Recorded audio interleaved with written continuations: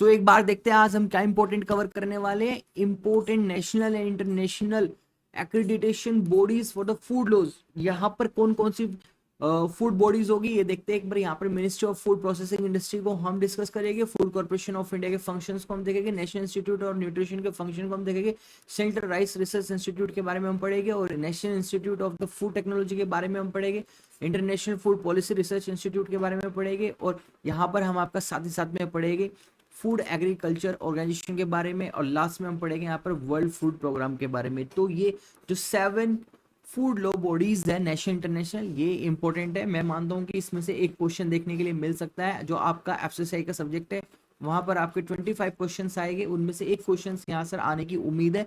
तो 4 नंबर के लिए हम इस सेशन को अटेंड करेंगे। वीडियो के अंत तक बने रहना, बहुत जल्दी खत्म करूंगा, सिर्फ इंपॉर्टेंट डिस्कस करेंगे। आपके पास लिमिटेड टाइम है, इस चीज को जानते हुए जल्दी से इसका रिविजन करते हैं। तो देर ना करते हुए शुरू करते हैं। Hey everyone, welcome back to YouTube channel exam beginner. उम्मीद आप लोगों की प्रिपरेशन सही चल रही होगी। देखिए हार्डली 2 या 3 दिन बचे हुए, लास्ट वीक चल रहा है ये आपकी इस समय एग्जाम के। तो आप इस समय इस प्रिपरेशन का जो लास्ट वीक है, इस लास्ट वीक में आप जानते हो कि बहुत सी चीजें पलट जाती है। जो नहीं होना होता है वो इस लास्ट वीक में हो जाता है। अक्सर आपने कॉलेज टाइम में भी देखा होगा कि एक हफ्ते पहले की गई तैयारी में हम काफी अच्छा अचीव कर पाते हैं, जबकि हम पिछले 2 ढाई 3 महीने से तैयारी कर रहे होते हैं वो नहीं होता। तो इस समय एग्जाम बिगनर इस लास्ट वीक में आपके साथ बिल्कुल बना हुआ है, चाहे वो स्टैटिक जीके हो, करंट अफेयर हो, आपका जीएस हो, कंप्यूटर हो और आज एफसीसीआई हो। तो यहाँ पर हर चीजों को कवर कराने की कोशिश की जा रही है।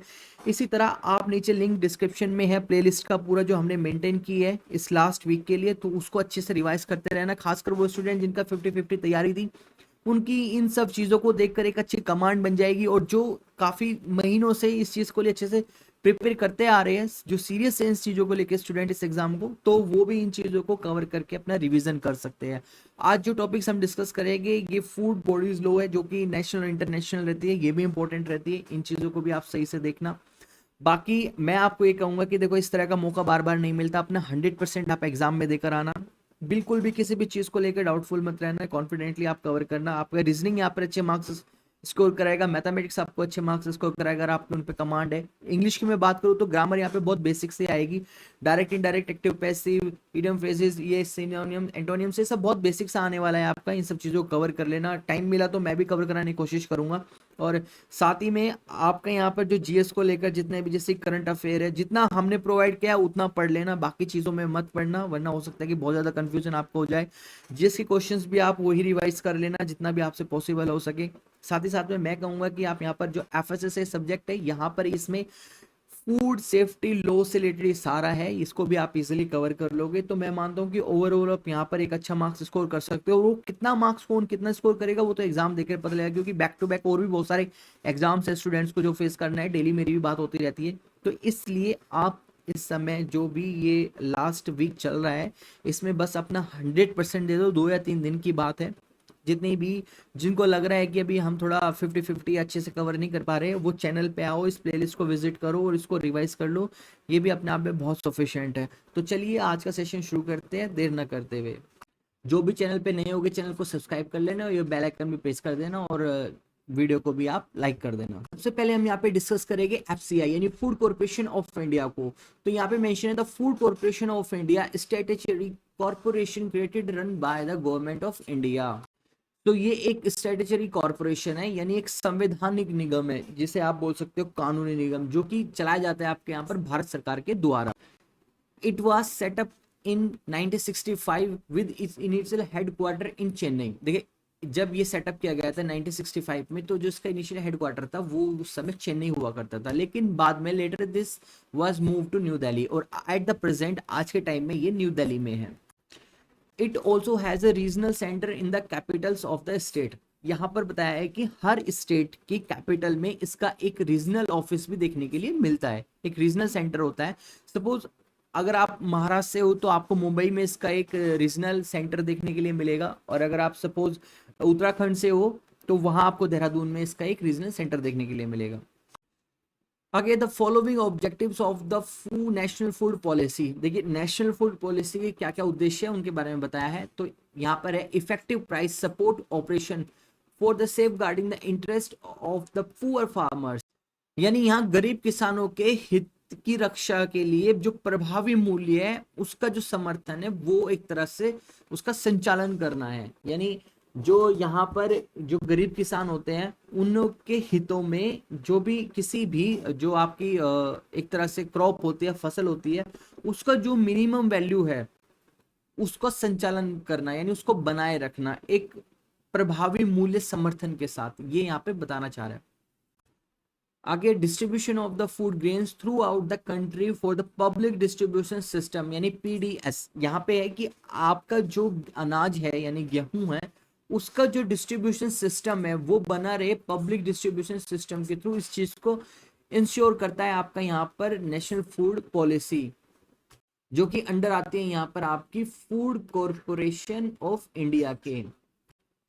Regulate the market price to provide food grains to consumers at the reliable price, यानी यहाँ पर एफसीआई इस चीज को भी इंश्योर करता है कि जो अनाज का जो वैल्यू है यानी जो प्राइस है, मूल्य है, वो कंज्यूमर्स तक एक रिलायबल प्राइस में यानी एक सही रेट में उन तक पहुंचता रहे जिसको वो अफोर्ड कर सके। इस चीज को भी कौन इंश्योर करता है यहाँ पर? Food corporation of India. Next bodies है हमारी यहाँ पर MOFPI यानी ministry of food processing industries.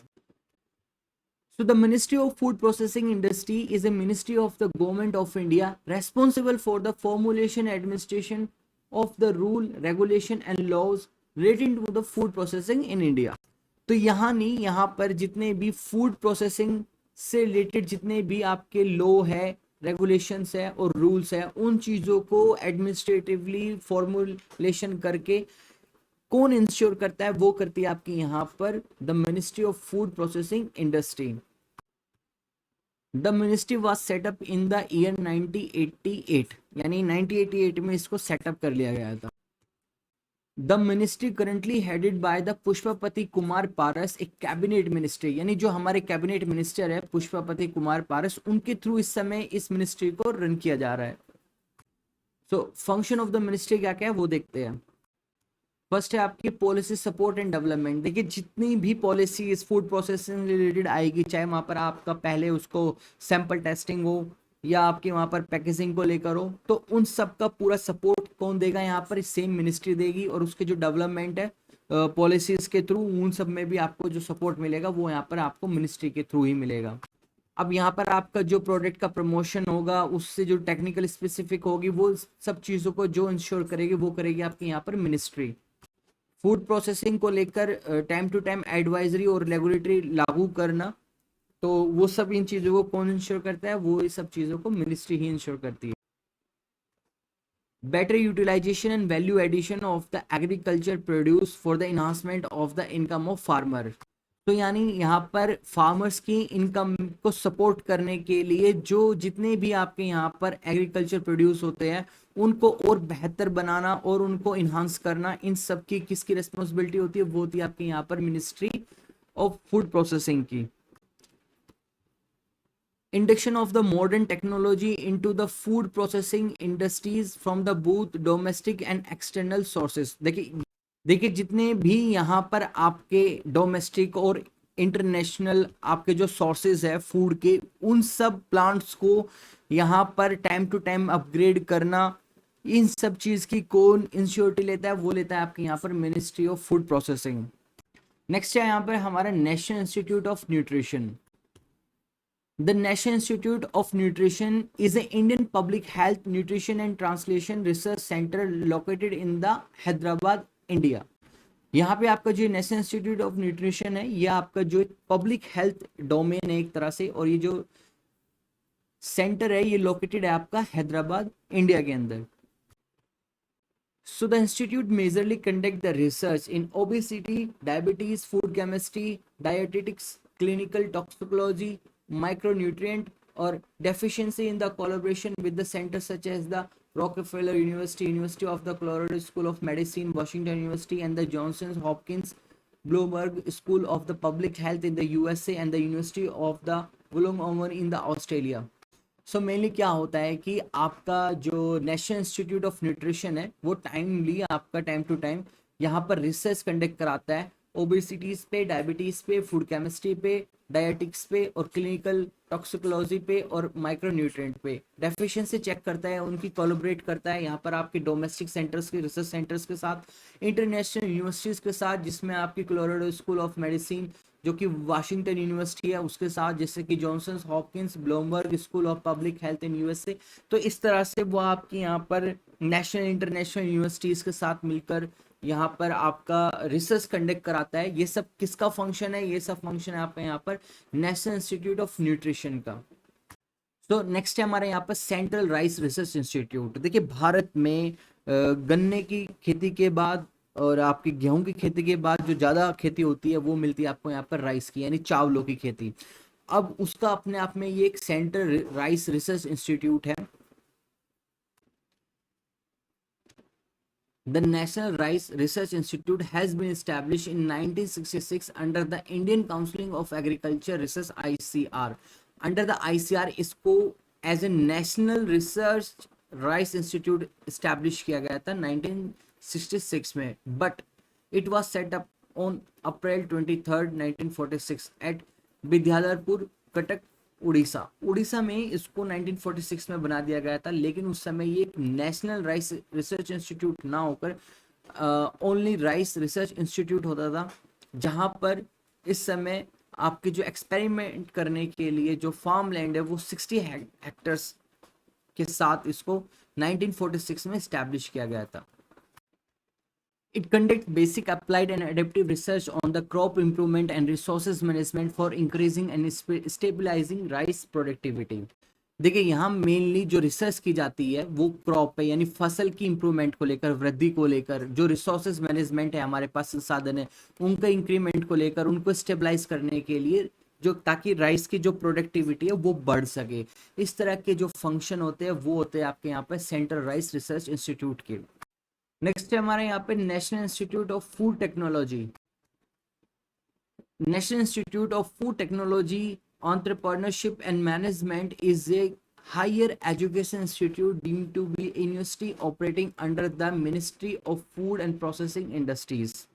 So यहाँ पर बात की जा रही है आपकी नेशनल इंस्टीट्यूट की, जो कि आपकी फूड टेक्नोलॉजी, एंटरप्रेन्योरशिप और मैनेजमेंट से रिलेटेड है, जो कि आपका रन करता है under the ministry of food processing industries के, MOFPI के यहाँ पर।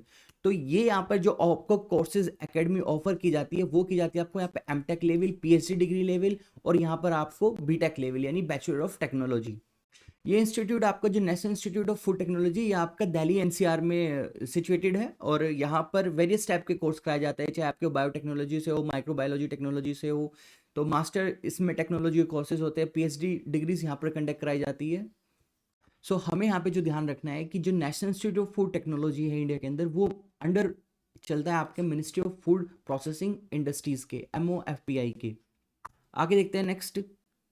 तो नेक्स्ट है हमारे यहाँ पर international food policy research institute. यहाँ पर अब फूड पॉलिसी रिसर्च इंस्टीट्यूट की बात हो रही है जो कि आपका इंटरनेशनल है।